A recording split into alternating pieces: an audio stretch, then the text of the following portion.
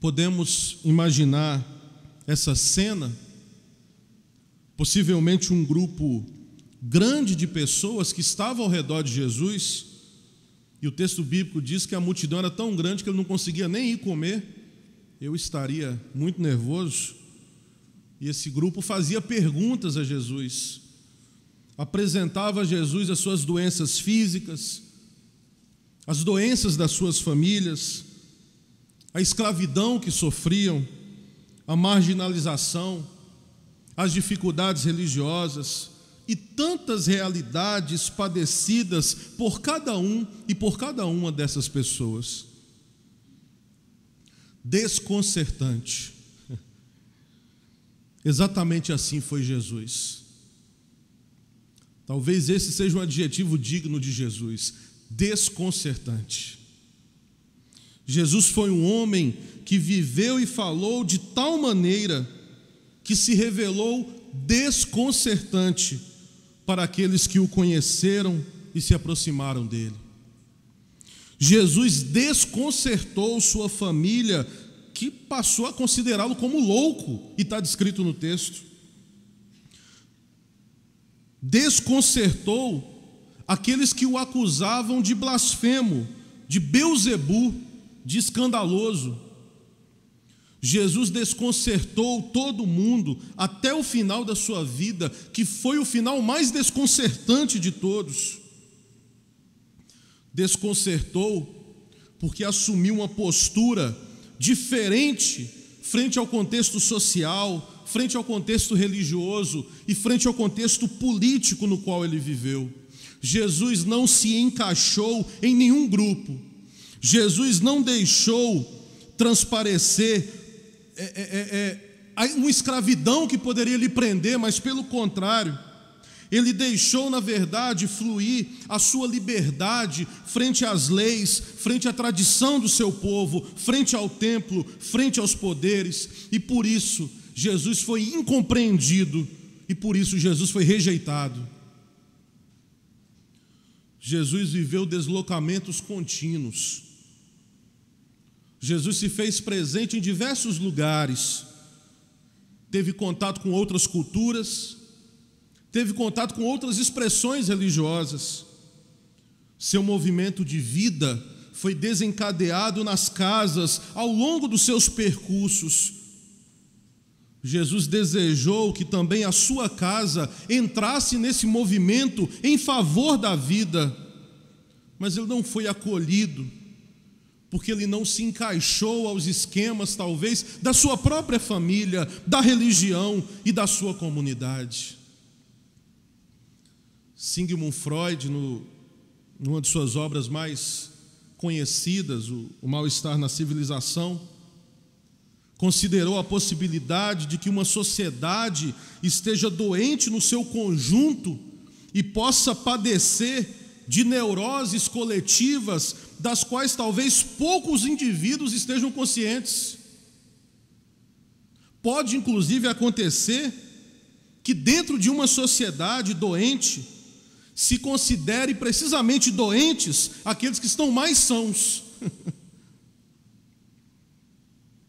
Algo disso parece acontecer com Jesus, cujos familiares pensam, segundo o texto, que ele não estava no seu juízo, enquanto os letrados vindos de Jerusalém consideram que ele tem dentro de si Beelzebu. Jesus está falando e está atuando em nome de Deus, e essas pessoas consideram ele como possuído por Beelzebu, e dizem que a origem do seu poder é o príncipe dos demônios. Justamente o contrário do que Jesus faz, que é exatamente dirigir-se aos sofredores, aos que carregam a dor da opressão e da marginalização, e libertá-los em nome de Deus. O deslocamento de Jesus pelos territórios vizinhos da Galileia revela-se como um apelo e uma ocasião privilegiada para pôr em questão o nosso próprio confinamento religioso. nossas posturas fechadas, nossas visões preconceituosas e abrir-nos à diversidade. Porque sem uma alteridade regenerante, nós caímos no confinamento de uma pureza da ortodoxia, de um fascismo enrustido, de um legalismo estéril, de uma doutrina sempre impositiva, a minha doutrina sobre o outro. Confinamento que tantas vezes nos torna cegos aos valores e riquezas que vêm de outras expressões humanas, de outras expressões sociais e de outras expressões religiosas. Toda autêntica vida humana é sempre vida com os outros, é convivência, é encontro. O fato de sermos humanos quer dizer que nós somos seres em caminho, buscadores de sentidos, buscadores da verdade e habitados pelo mesmo Deus. Jung ousou considerar a neurose como um sofrimento da alma que não encontrou o seu sentido. Neurose, um sentimento da alma que não encontrou o seu sentido, a busca por sentidos. Essa semana, no domingo, um paciente lá do INCA, onde eu trabalho, recebeu o prognóstico do seu quadro, com câncer avançado, metástases no corpo. E quando ele recebeu o relato da sua condição, a primeira coisa que ele fez foi chamar sua companheira, com quem ele vivia há 35 anos, e pedir ela em casamento. O hospital ligou para mim, a gente teve 3 dias para organizar tudo, e marcamos para quinta-feira, 11 horas da manhã, fazer o casamento deles. Levei Samuel aqui da igreja para o violão, levei mais músicos, arrumamos a noiva, arrumamos ele, arrumamos o quarto, conseguimos colocar num quarto de um leito só. E naquele momento ali, a gente vive algumas lições daquelas que a gente nunca vai esquecer, que vão ficar marcadas para sempre. E talvez a grande lição que eu aprendi com os dois naquela manhã, naquela expressão de amor dos dois, é que o verdadeiro valor na vida não está na duração dos momentos, mas na intensidade com que a gente vive cada um deles.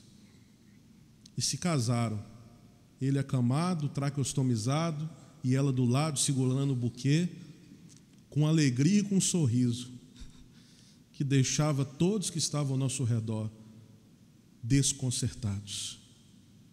O que é mais forte que o amor?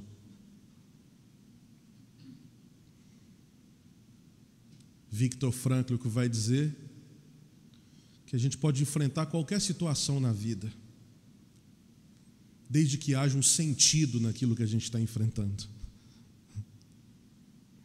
Sentido. Neurose é o sofrimento da alma que não encontrou o seu sentido. Viver essa cultura do encontro que o Papa Francisco tem dito tanto em suas prédicas, implica em respeitar e se alegrar com a diversidade, considerando o outro como uma riqueza. Saber conviver com as diferenças é sinal de maturidade. E é maravilhoso que hajam as diferenças, costumes diferentes, culturas, gêneros, religiões, tradições, línguas e formas de pensar diferentes. Nós deveríamos gastar mais tempo pensando sobre a importância das diferenças que nos humanizam. Nós deveríamos admirar as diferenças pessoais, as diferenças grupais e não lamentá-las. É necessário evitar tudo que reprime as diferenças e desenvolver uma verdadeira coexistência pessoal, social, científica, religiosa e ética com as diferenças. Porque, querido, segundo o modo de ser e proceder de Jesus, o que mais nos desumaniza é vivermos com o coração fechado, é vivermos com o coração endurecido, é vivermos com o coração de pedra, incapaz de amar, incapaz de abrir-se ao novo, abrir-se à novidade.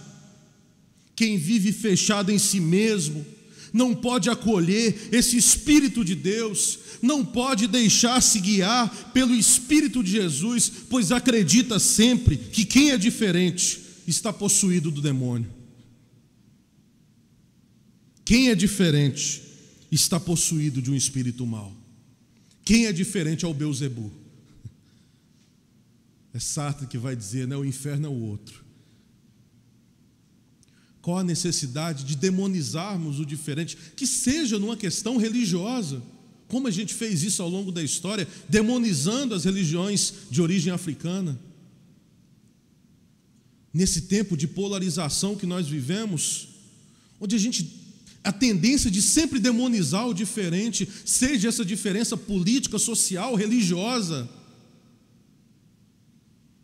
a atitude desses com Jesus foi exatamente essa. Ele não é dos nossos, ele é diferente, ele é do demônio.